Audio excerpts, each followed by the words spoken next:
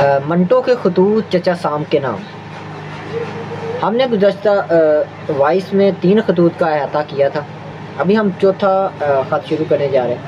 लेकिन आप देखें कि सादत हसन मंटो, जिसके बारे में आमतौर पर कहा जाता है कि वो फौश निगाह था, लेकिन अगर कोई शख्स ये मंटो के 9 खतूत हैं जो कि चचा साम के नाम है, अंकल सैम के नाम, तो इनका मुताला करें तो आपको नज़र आएगा कि मंटो जिस दौर में रह रहा है, जिस वक्त में मौजूद है, वो ये ख़त लिख रहा है और वो ऐसी बातें इन खतूत में लिख रहा है जो कि उसके फ़ौत होने के बाद, उसके इस दुनिया से चले जाने के बाद में वो वैसा ही वक़ूफ़ पज़ीर हुआ और वो ऐसे ही है जैसे वो अपनी बसीरत से अपने से आगे वाला वक्त देख रहा है। अगर आपने गुज़श्ता 3 खतूत नहीं सुने या पढ़े तो आप ज़रूर उन्हें देखें ताकि आपको इस चौथे ख़त की समझ आ सके।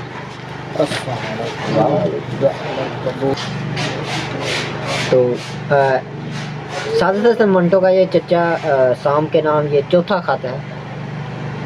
तो अभी हम इसका मुताला करते हैं। चचा साम के नाम चौथा ख़त। चचा जान, आदाब व न्याज़। अभी चंद रोज़ हुए कि मैंने आपकी खिदमत में एक अरीज़ा अरसाल किया था। अब ये दूसरा लिख रहा हूँ। बात यह है कि जूँ आपकी पाकिस्तान को फ़ौजी इमदाद देने की बात पुख्ता हो रही है, मेरी अकीदत और सादतमंदी बढ़ रही है। मेरा जी चाहता है कि आपको हर रोज़ ख़त लिखा करूँ। ये उन दिनों की बात है कि अभी 65 की जंग भी नहीं हुई थी, लेकिन वो फ़ौजी इमदाद देने की बात आई है। जनरल अयूब का दौर है, फ़ौजी डिक्टेटरशिप का दौर है और अभी ताज़ा कम्युनिज़म का ख़ात्मा हो रहा है या कम्युनिज़म बढ़ रही है हिंदुस्तान की तरफ, अफ़गानिस्तान की तरफ। तो ये उस वक्त के खतूत है। हिंदुस्तान लाख टापा करे, आप पाकिस्तान से फ़ौजी इमदाद का माहदा ज़रूर करेंगे, इसलिए कि आपको इस दुनिया के सबसे बड़ी इस्लामी सल्तनत के इस्तेहकाम की बहुत ज़्यादा फ़िक्र है। वो क्यों ना हो, इसलिए कि यहाँ का मुल्ला रूस के कम्युनिज़म का बेहतरीन तोड़ है। अब देखिए ये जो लाइन है कि इसलिए यहाँ का मुल्ला रूस के कम्युनिज़म का बेहतरीन तोड़ है। अभी आप देखते हैं कि इसके बाद जो चीज़ सबसे ज़्यादा अहम होती है कि यहाँ का मुल्ला।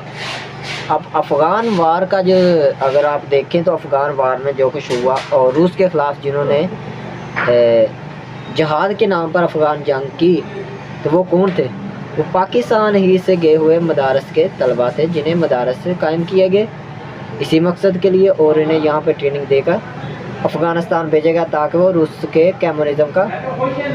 कम्युनिस्ट फ़ौजों का मुकाबला कर सकें। आगे वो लिखते हैं, फ़ौजी अमदाद का सिलसिला शुरू हो गया तो आप सबसे पहले इन मुल्लाओं को मसलह करेंगे। अब मुल्लाओं को मसले करने से मुराद है कि उनको हथियार देंगे, जंगी हथियार देंगे, जंगी ट्रेनिंग देंगे, जैसा कि हुआ। अमेरिका ने डॉलर दिए मदारस कायम करने के लिए, मदारस में जंगी ट्रेनिंग के लिए, लेकिन अभी ऐसा कुछ भी नहीं हुआ। लेकिन वो पहले ही उसके बारे में पेशन गोई कर रहे हैं। आगे लिखते हैं, इनके खालस अमरीकी ढेले, खालस अमरीकी तस्बीहें और खालस अमरीकी जय नमाज़ें रवाना कीजिएगा। उस्तरों और कैंचियों को सरफरिस्त रखिएगा। खालस अमरीकी खज़ाब का लाजवाब नुस्खा भी अगर आपने इनको मरहमत कर दिया तो समझिए बोपारा है। फ़ौजी इमदाद का मकसद जहाँ तक मैं समझता हूँ इन मुल्लाओं को मसले करना है। मैं आपका पाकिस्तानी भतीजा हूँ, मगर आपके सब रमज़ें समझता हूँ, लेकिन अकल की ये अर्ज़ानी आप ही की सियासियात की अता करता है। खुदा ऐसी नज़र बद से बचाए, खुदा ऐसे नज़र बद से बचाए।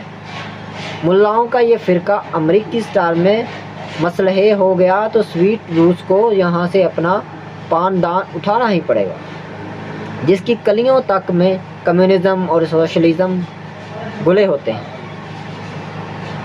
अब ये जो चीज़ें बयान की जा रही हैं, कोई भी मुसन्निफ़ है, कोई भी राइटर है किसी भी माशरे का, वो अपने वक़्त से बहुत आगे देखता है। वो अपने जो लिखता है तो वो अपनी बसीरत से बहुत आगे देखता है। हमें साबका लिटरेचर में भी ऐसी चीज़ें बहुत मिल जाती हैं जो कि अभी दुनिया में वकूफ़ पज़ीर हुई नहीं है वो बातें, लेकिन वो लिटरेचर में जो लिटरेरी पीपल हैं वो लिख रहे हैं, जो मुसन्निफ़ीन हैं, जो राइटर हैं या जो आर्टिस्ट हैं, वो किसी भी या शोबे से हैं, वो उसको अपने आर्ट में बयान कर रहे हैं कि हम ये आगे देखते हैं। आगे वो लिखते हैं, अमरीकी औज़ारों से कतरी हुई लबें होंगी, अमरीकी मशीनों से सिले हुए शरई पजामे होंगे, अमरीकी रेलें और अमरीकी जाय नमाज़ें होंगी। बस आप देखिएगा कि चारों तरफ आप ही के नाम के तस्बीह ख्वां होंगे। यहाँ के निचले और निचले दरमियानी तबके को ऊपर उठाने की कोशिश तो ज़ाहिर है कि आप खूब करेंगे। भर्ती इन्हीं दो तबकों से शुरू होगी। दफ्तरों में चपड़ासी और क्लर्क भी यहीं से चुने जाएंगे। तनख्वाहें अमरीकी स्केल की होंगी, और जब इनकी पाँचों घी में होंगी और सर कढ़ाई में, तो कम्युनिज्म का भूत दम दबाकर भाग जाएगा। भर्ती का सिलसिला शुरू हो और मुझे कोई एतराज़ नहीं, लेकिन आपका कोई सिपाही इधर नहीं आना चाहिए। मैं ये हरगिज़ नहीं दे सकता कि हमारी पाकिस्तानी लड़कियां अपने जवानों को छोड़कर आपके सिपाहियों के साथ चहकती फिरें।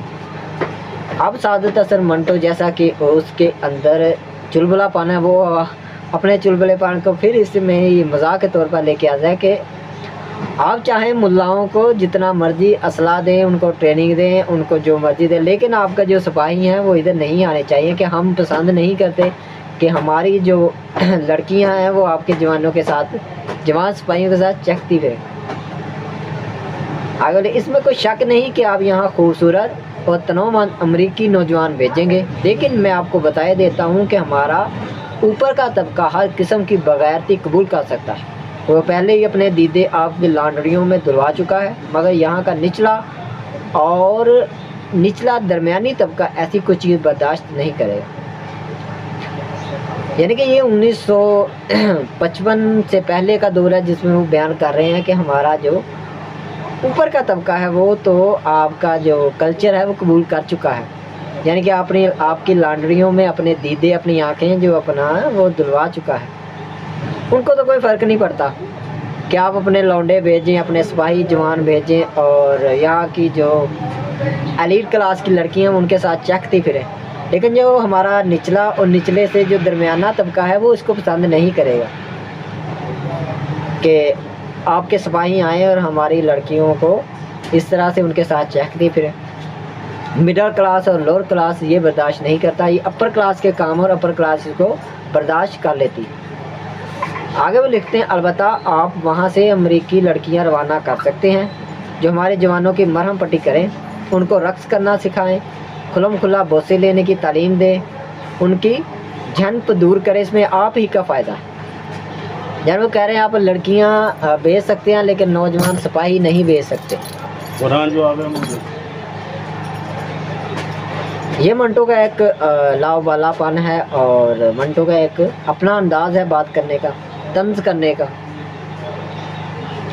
आगे वो देखते हैं कि आप अपने एक फिल्म बैदिंग ब्यूटी में अपनी सैकड़ों लड़कियों की नंगी और गुदाज टांगे दिखा सकते हैं। हमारे यहाँ ऐसी टांगे पैदा कीजिए ताकि हम भी अपने अकलौते फिल्म स्टूडियो शाहनूर में एक ऐसी फिल्म बनाएं और अफवाह वालों को दिखाएं ताकि उन्हें कुछ मसरत हो।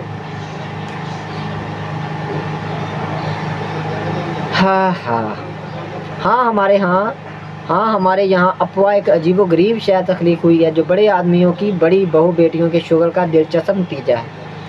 यह आल पाकिस्तान वीमेन एसोसिएशन का मुखफ़्फ़ नाम है। इसमें और ज़्यादा तखफ़ीफ़ की गुंजाइश नहीं, लेकिन कोशिश ज़रूर हो रही है जो आपको इन माइल बा तखफ़ीफ़ ब्लाउज़ों में नज़र आ सकती हैं, जिनमें से इनके पहनने वालियों के पेट बाहर झांकते नज़र आते हैं। अभी इब्तदा है, लेकिन अफसोस इस बात का है कि ये ब्लाउज़ आम तौर पर 40 बरस से ऊपर की औरतें इस्तेमाल करती हैं जिनके पेट कई मरतबा कलबूत चढ़ चुके हैं।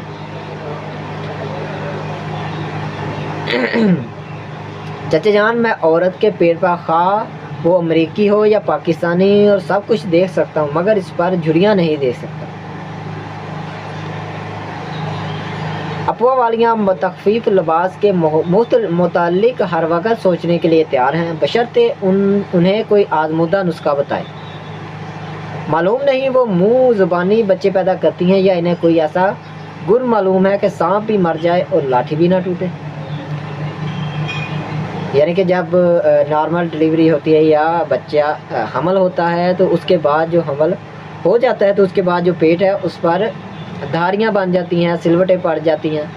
तो उसको कहते हैं कि ये जो अपर क्लास की औरतें हैं इनके शायद इनके धारियाँ नहीं पड़ती, इन्हें सिलवटें नहीं पड़ती, या इन्हें कोई गुर मिल गया, कोई नुस्खा मिल गया जिसकी वजह से ये बच्चे तो पैदा करती हैं लेकिन इनके पेट वैसे के वैसे ही रहते हैं, यानी कि सांप भी मर जाता है और लाठी भी नहीं टूटती। बहरहाल अगर आपको यहाँ तखफीफ लिबास चाहिए तो हॉलीवुड के चंद माहरीन यहाँ रवाना कर दीजिए। आपके यहाँ प्लास्टिक सर्जरी का फ़न अरूज पे है। फ़िलहाल ऐसे निसफ दर्जन सर्जन जहाँ भी भेज दीजिए जो हमारी बुढ़ियों को लाल लगाम के काबिल बना दें। मकफ़ा शायरी का ज़माना था तो हमारे यहाँ माशूक की कमर ही नहीं थी। अब गैर मकफ़ा शायरी का दौर है मगर ऐसा उल्टा पड़ा है कि अब माशूक की नापेद कमर कुछ इस तरह पैदा हुई है कि उसे देखो तो सारा माशूक इसके पीछे गायब हो जाता है।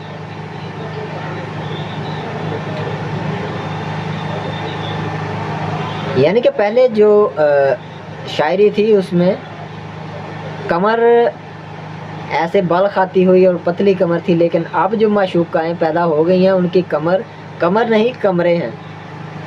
तो पहले बंदा हैरान होता था कि ये हज़ारबंद बांधती कहाँ होंगे, और अब बंदा कहता है कि ये हज़ारबंद बांधती कैसे होंगी इस दरख्त के तने के साथ जिसके इर्द गिर्द से गरीब को बांधने की कोशिश की गई है।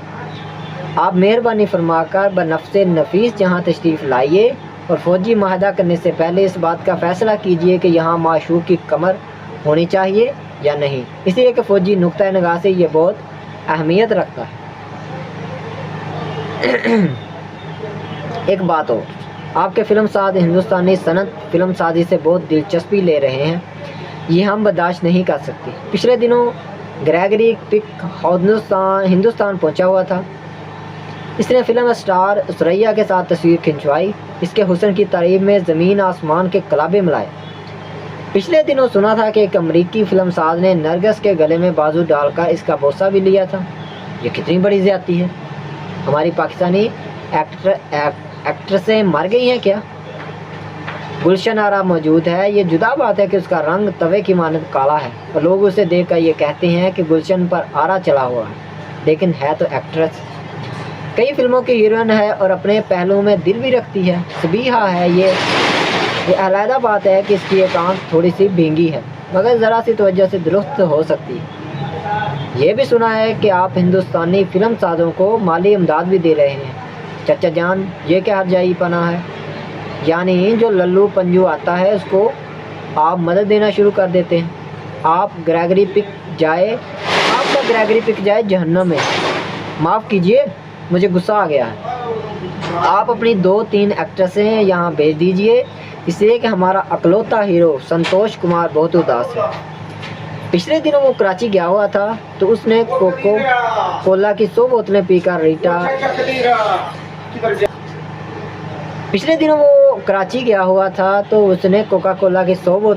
रीटा हेवर्थ को ख्वाब में 1000 मरतबा देखा था।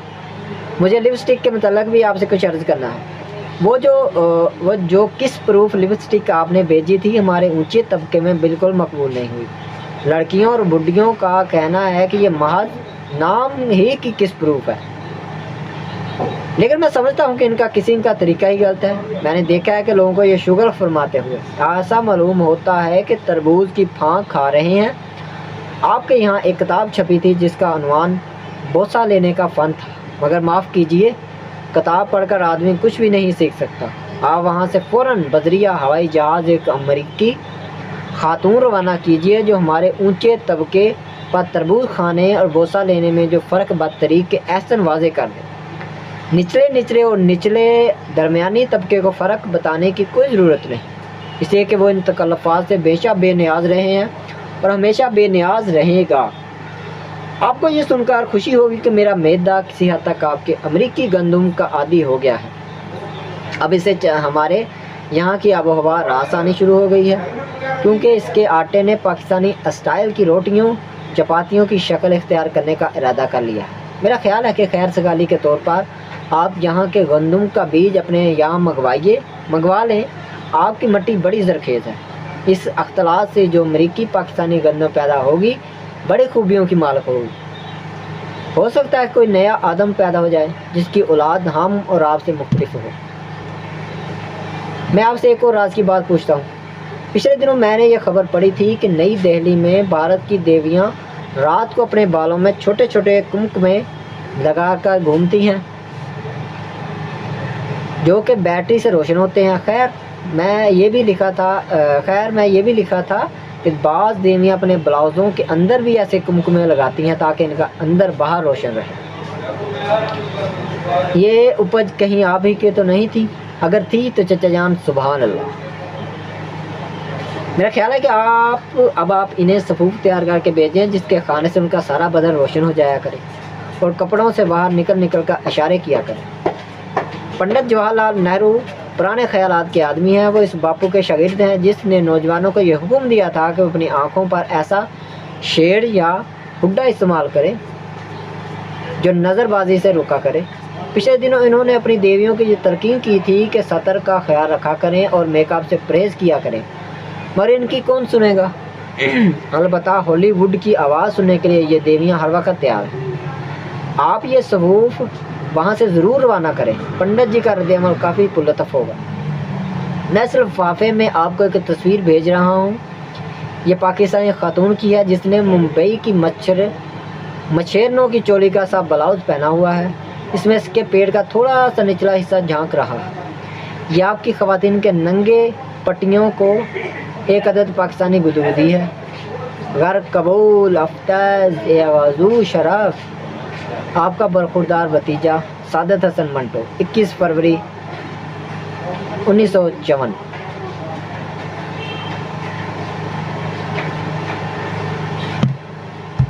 अब इस ख़त में देखेंगे किन किन चीज़ों का मजमू है। तंज़ो मज़ा है, मुस्तकबिल में होने वाली चीज़ों की तरफ इशारे हैं, पेशन गोई है और इसी तरह के मिलजुल। अगर आप तमाम खतूत या 9 खतूत पढ़ते हैं तो आपको अगले ज़माने में जैसे रूस से जंग हुई है उसमें मदारस का किरदार है, पाकिस्तानी मदारस का किरदार है या अफ़गानी मुल्लाओं का किरदार है, पाकिस्तानी मुल्ला का किरदार, वो सब वाज़ेह होगा कि किस तरह अमेरिका ने फंडिंग की और जहाद का नाम लेते हुए अमेरिका ने अपने मकासद के लिए इस्तेमाल किया पाकिस्तान को, और उसके नतीजे में हमें दहशतगर्दी का सामना है अभी तक कि हम टीडीपी और इस तरह की दूसरियाँ तंजीमों का सामना कर रहे हैं, शिया सुन्नी दहशतगर्द तंजीमों का सामना कर रहे हैं। तो बहुत अहम चीज़ें हैं इसमें इन 9 खतूत में जो कि हम आइंदा सिलसिले में आपके सामने रखेंगे।